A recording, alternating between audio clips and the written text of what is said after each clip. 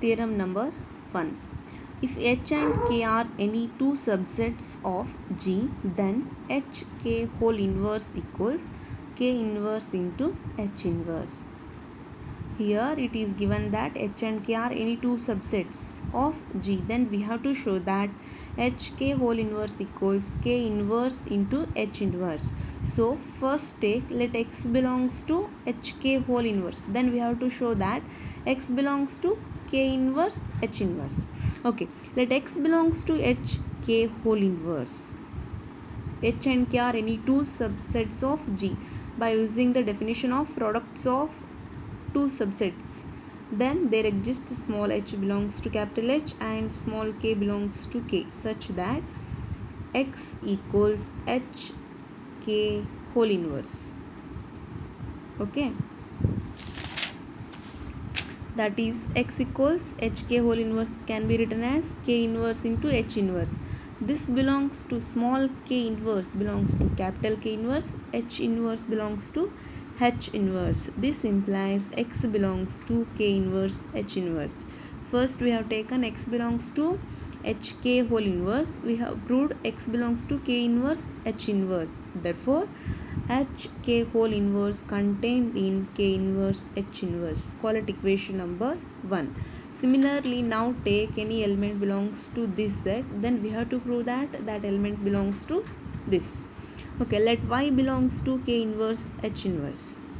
There exists small k inverse belongs to capital K inverse, H inverse belongs to capital H inverse, such that Y equals small k inverse small H inverse.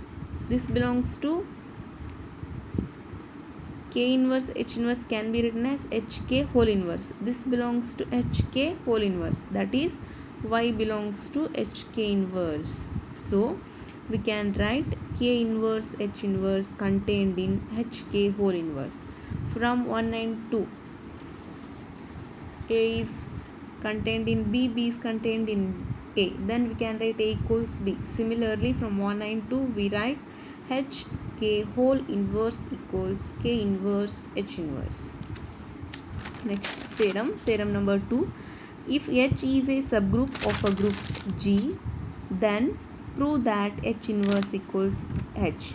H is a subgroup of G. Then we have to prove that H inverse equals H. So, proof. Let H belongs to capital H be any arbitrary element. H is a subgroup of G.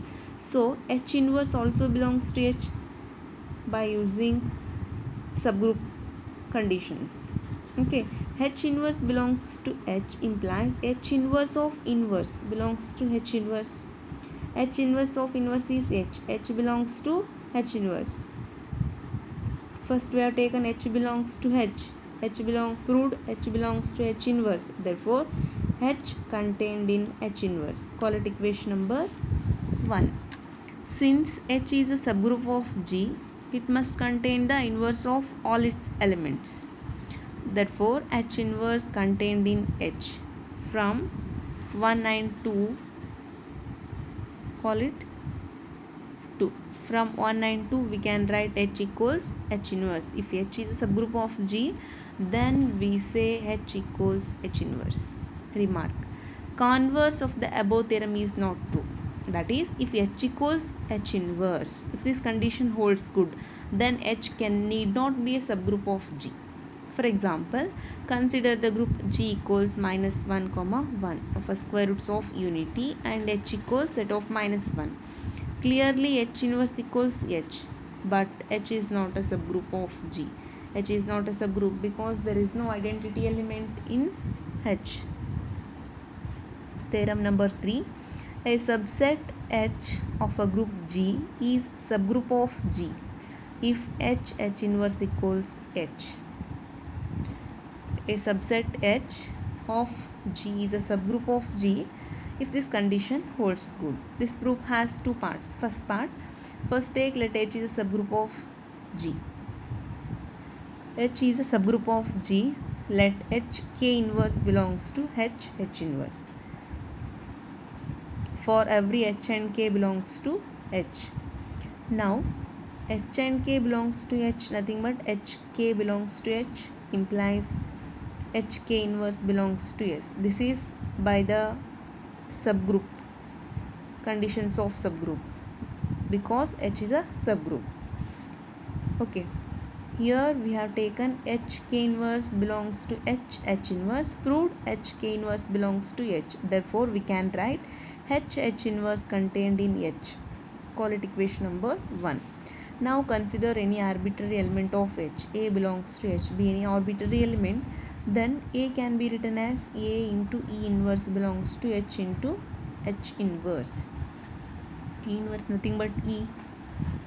A into E belongs to H inverse. A into E is A. A belongs to H inverse. First we have taken A is element of H. Then we have proved A belongs to H inverse. Therefore, H contained in H inverse. From 1 and 2, we can write H inverse equals H.